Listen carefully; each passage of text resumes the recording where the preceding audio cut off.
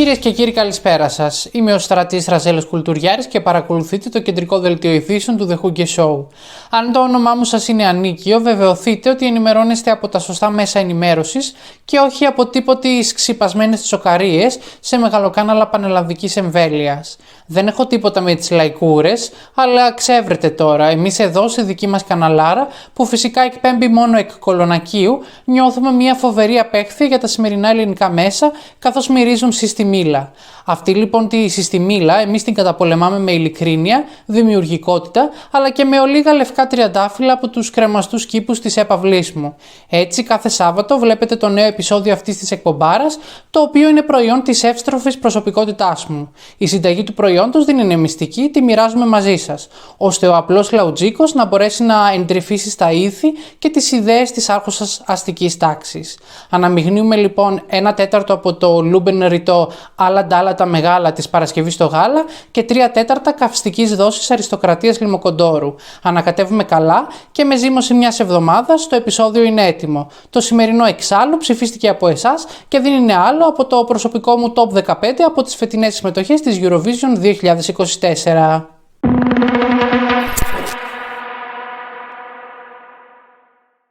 Πρωτού προχωρήσουμε στο κυρίως θέμα, θα ήθελα να σας κάνω μια προσωπική εξομολόγηση. Στα προηγούμενα δύο βίντεο που αφορούσαν το ζάρι της Μαρίνα Σάτι, καθυστέρησα αρκετά να δω τα σχόλιά σας, γιατί παρότι σνομπαρία της υψηλής κοινωνίας, δεν είμαι σνομπαρία με εσάς, απλά κάπως μου προκλήθηκε μια ψυχική αγωνία λόγω της δυνατής απόκρισής σας και εγώ έντονη ψυχολογική πίεση νιώθω μόνο αν έχει τελειώσει το χαβιάρι μπελούγκα. Οπότε για κάθε πτωχό τηλεθεατή που με παρακολουθεί, με συγχωρείτε και σας ευχαριστώ ταυτόχρονα.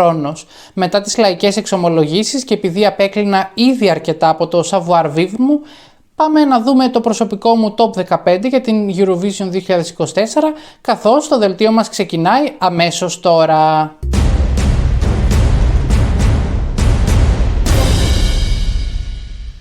Κυρίες και κύριοι, όπως θα έχετε ήδη παρατηρήσει, έχουμε αλλάξει στούντιο γιατί το top 15 μου δεν θα μπορούσε να εκπέμπει από το κλασικό στούντιο των ειδήσεων. Εξάλλου, τι αριστοκράτης είμαι αν δεν μπορώ να αλλάξω ένα στούντιο? Τι τα έχω τα λεφτά, για κλώσιμα? Λοιπόν, μισώ να σας δώσω κάποιες διευκρινιστικές οδηγίες.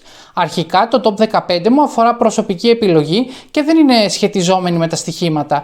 Είναι αυτά που μου αρέσουν να ακούω και ολοκληρωμένη άποψη για το ποιο τραγούδι θα πάει καλά θα έχω μετά τις πρώτες πρόβες. Οπότε το top 15 αφορά τα τραγούδια ως τραγούδια χωρίς να με αφορούν τα βίντεο clips και η συγκεκριμένη λίστα προβλέπεται να αλλάξει τη Μεγάλη Εβδομάδα δεδομένων των προβών που θα ξεκινήσουν. Τέλος, θα αρχίσω από το 15 που είναι το λιγότερο αγαπημένο μου, φτάνοντας στο νούμερο 1 που είναι το πιο αγαπημένο μου. Επίσης, προτού κάνω την ανακοίνωση της εκάστοτε χώρας, θα δίνω μερικά hints, έτσι για να δούμε αν θα καταλάβετε σε ποια αναφέρομαι. Ξεκινάμε? Στο νούμερο 15 έχουμε μια χώρα η οποία έχει λάβει ως υψηλότερη θέση τη θέση νούμερο 2, δεν έχει κερδίσει ποτέ, ενώ η φετινή της συμμετοχή είναι ουσιαστικά η τρίτη χώρα που τη δέχεται, καθώς βάσιμες πληροφορίες μου λένε ότι έχει προταθεί πρώτερα σε Ρωσία και αργότερα σε Ελλάδα, μέχρι να καταλήξει στην Κύπρο. Μιλάω λοιπόν για το Liar και την Σίλια Καψής. Το τραγούδι είναι αρκετά πιασάρικο, αλλά επειδή στον τελικό ψηφίζουν και οι κριτικές επιτροπές, δεν υπάρχει περίπτωση να είναι πιο πάνω από τη 15η θέση, εφόσον περάσει στον τελικό φυσικά. Για να είμαι ειλικρινής, αν δεν ήταν στη Eurovision, ίσως να μην του έδινα καν σημασία, αλλά ένεκα της προσκόλλησής μου με το διαγωνισμό, του δίνω μια ευκαιρία.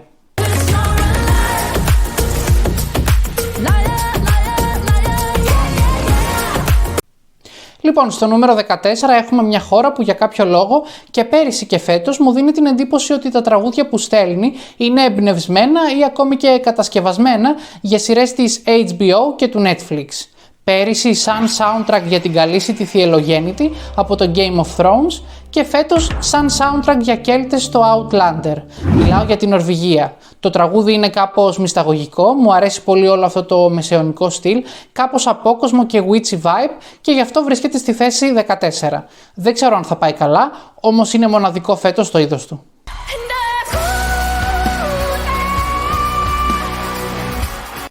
Στο Στο νούμερο 13 συναντάμε μια χώρα που έχει κερδίσει πρόσφατα και το νικητήριο τραγούδι της είναι το πιο πολυπαιγμένο τραγούδι της Eurovision στο Spotify. Αναφέρομαι στο Arcade και την Ολλανδία, καθώς στη 13η θέση βρίσκεται το Europapa. Παρότι έχει τα φόντα του joke entry, ωστόσο ο ήχος του είναι παιχνιδιάρικος και έχει έξυπνα στιχουργικά τεχνάσματα και κατ' επέκταση νοήματα. Έχω την εντύπωση ότι θα πάει και πολύ καλά στον τελικό.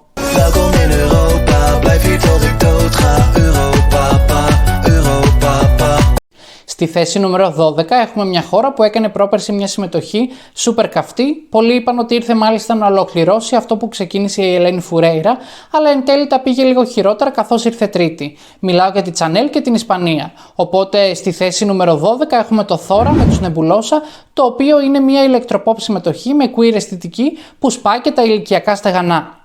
Αν και το τραγούδι μου αρέσει, το βρίσκω κάπως μονότονο μετά από κάποιες ακροάσεις. Ωστόσο πιστεύω ότι θα έχει hype στο κοινό, τουλάχιστον του Malmö στην αρένα. Για όλους όσοι θέλετε να δείτε γιατί μιλάει το Thora και το χαμό που προκάλεσε στην φατσόσφαιρα της Ισπανίας, πατήστε το link που θα περνάει αυτή τη στιγμή πάνω από το πανέμορφο κρανίο μου.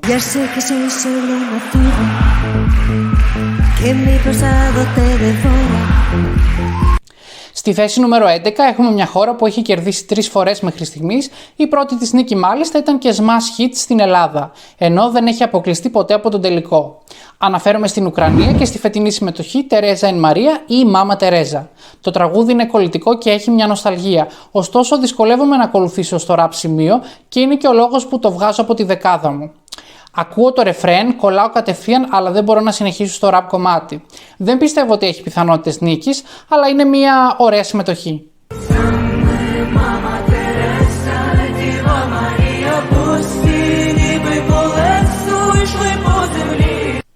Και αισίως μπαίνουμε στη δεκάδα. Στη θέση νούμερο 10 έχουμε μια χώρα με 2 υπέροχες συμμετοχές το 2008 και 2009, ειδικά το 2008 έγινε και τρομερό hit στην Ελλάδα. Ποιο λέω? Το Κελέ Κελέ φυσικά. Άρα στη θέση νούμερο 10 έχουμε την Αρμενία με μια ιδιαίτερη συμμετοχή με έντονο folklore στοιχείο, κάτι που εκτιμώ ιδιαίτερα στις συμμετοχές της Eurovision, ειδικά αν γίνεται με ωραίο τρόπο. Πιστεύω ότι ίσως ανέβει περισσότερο στο top 10 μου, αλλά επειδή άρχισε να βγει, χρειάζεται λίγος χρόνος για να αναπτυχθεί μέσα μου.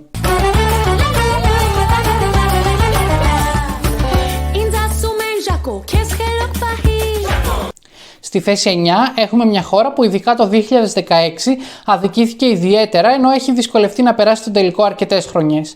Μιλάω για την Κροατία και την συμμετοχή της χώρας με τον Baby Lasagna. Θεωρείται το απόλυτο φαβορί για την νίκη φέτος. Δυστυχώς στη live εμφάνισή του δεν είναι ιδιαίτερα καλός, οικειοποιείται μια αισθητική που λανσαρίστηκε πέρυσι με τον Κάρια και στο μάτι του απλού τηλεθεατή πολύ πιθανό να φανεί και ως αντιγραφή. Το Rim Team Ducky Dim ακολουθεί την μανιέρα του τσα-τσα-τσα και παρότι δεν υπάρχει Λορίνη στο διαγωνιστικό κομμάτι φέτος, πιστεύω ότι ο Baby Lasagna θα δυσκολευτεί περισσότερο να αποσπάσει τη νίκη από ότι ο Κάρια πέρυσι. Επίσης, το τραγούδι με το οποίο ακούγεται να έχει αντιγράψει συγκεκριμένη συμμετοχή είναι εξαιρετικά ίδιο και είναι μέγα φάουλ για μένα, οπότε και βρίσκεται στην 1η θέση, ενώ θα μπορούσε να είναι πιο ψηλά.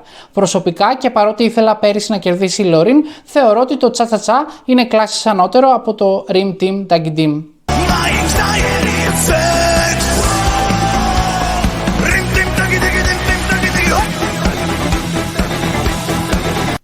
Στη θέση νούμερο 8 έχουμε την κεντρικότερη χώρα της Ευρώπης με τρομερό queer statement το 2014, ενώ φέτος η συμμετέχουσα τραγουδίστρια ήταν το stand-in rehearsal της Ελένης Φουρέιρα για το Fuego.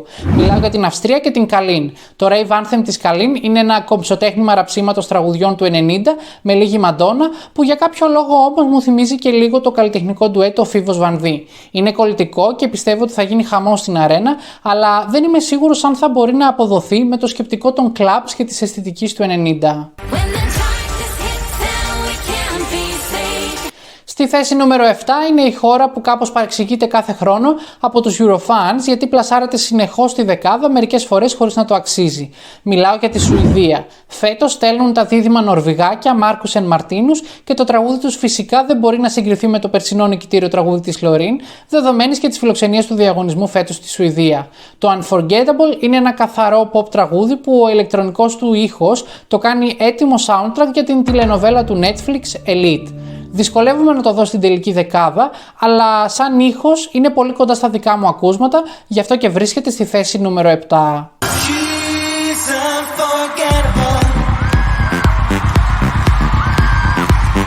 Στο νούμερο 6 έχουμε την περσινή χώρα που φιλοξένησε το διαγωνισμό για λογαριασμό της Ουκρανίας. Μιλάω για την Αγγλία και τη συμμετοχή του Όλι Αλεξάντερ. Το Dizzy είναι ένα ραδιοφωνικό τραγούδι που άνετα μπορεί να κάνει παγκόσμια επιτυχία, όπως πολλές φορές έχει κάνει εξάλλου συγκεκριμένους καλλιτέχνες. Είναι μια κλασική μανιέρα αγγλικού pop τραγουδιού, αρκετά οικία στα αριστοκρατικά αυτιά μου, αλλά δεν πιστεύω ότι θα πάει τόσο ψηλά. Αν έχει εξαιρετική σκηνική παρουσία, ίσως πλασαριστεί εντός δεκάδας. Μακάρι το παιδί.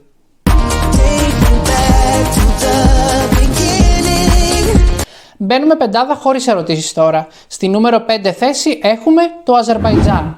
Μπορεί οι περισσότεροι να σοκαριστείτε και κατανοητό, αλλά ο ήχος του τραγουδιού είναι πολύ κοντά στα αυτιά μου επίσης. Για κάποιο λόγο το σκέφτομαι να παίζει σε κάποιο beach bar με hipsters του κόλου και σλατίνες να πίνουν τα μοχίτο τους. Επικροτώ τον τουρκικό στίχο, υποστηρίζω τους αμανέδες που ακούγονται και παρότι κριτικάρω τα στοιχεία που μοιάζουν με τη γέφυρα του τατού της Λωρίν και του Frozen της Μαντόνα, από μένα είναι τελικά ναι. Μπορεί να εκτιμηθεί ο ethnic ήχος από τον μετακινούμενο πληθυσμό του Καυκάσου, αλλά και των Τούρκων που έχουν τη δυνατότητα να ψηφίσουν και άρα να πλασαριστεί αρκετά ψηλά.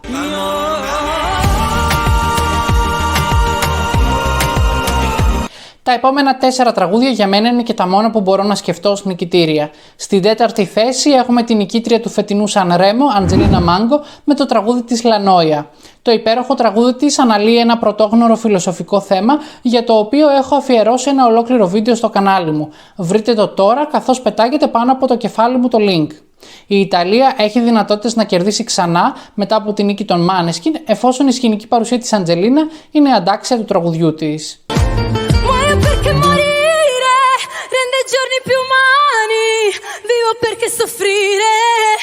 Στη θέση νούμερο 3 έχω την Λιθουανία. Ποτέ στα τόσα χρόνια που παρακολουθώ το διαγωνισμό δεν έχω βαθμολογήσει τόσο ψηλά τη Λιθουανία, αλλά φέτος παίρνει επάξια την 3η θέση. Το Looktalk είναι επίσης ένα ηλεκτροποπ τραγούδι από τον Sylvester Belt με τόσο κολλητικό ρυθμό που δεν μπορείς να σταματήσεις να τραγουδάς και να χορεύεις. Δεν θα με χάλαγε καθόλου να το δω να κερδίζει. Θα το ψηφίσω εξάλλου αν είναι καλός και στο act του.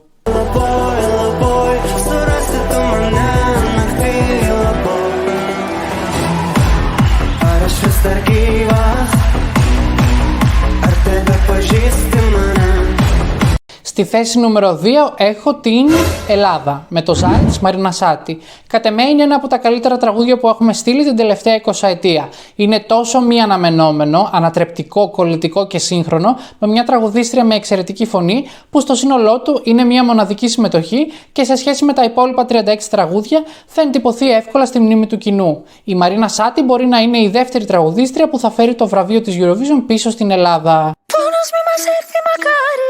Και στη θέση νούμερο 1 έχω το απόλυτο αγαπημένο μου τραγούδι, το οποίο αισθάνομαι ότι ίσως είναι και ο μεγάλος νικητής του διαγωνισμού. Μιλάω για τον Σλιμάν και τη Γαλλία. Το τραγούδι κυκλοφόρησε την 8η Νοεμβρίου ως δώρο για την ονομαστική μου εορτή και έκτοτε το ακούω συνέχεια. Ο Σλιμάν είναι ένας από τους πιο ανερχόμενους τραγουδιστές της Γαλλίας με τεράστιο fan club και προφανώς το κρατικό κανάλι, δεδομένης και της αναμετάδοσης των Ολυμπιακών Αγώνων, θέλει να επαναφέρει τη δημοτικότητα του διαγωνισμού προς το γαλλικό κοινό, βάζοντας το Σλιμάν ουσιαστικά να φέρει στην τηλεοπτική αρένα το τεράστιο fan club του. Το Mon Amour έρχεται να πάρει την εκδίκηση για το βουαλά και μέσα στην απλοϊκότητα των στίχων το μεγαλείο της φωνής του πρόκειται να ανατριχιάσει. Δεδομένων των ελάχιστων τραγουδιών που είναι μπαλάντες φέτος, ο Σλιμάν μπορεί να είναι και ο νικητής των κριτικών επιτροπών, όμως θα μαζέψει αρκετούς πόντους και από το κοινό που ίσως τον πλασάρουν στην πρώτη θέση συνολικά. Αναμένουμε.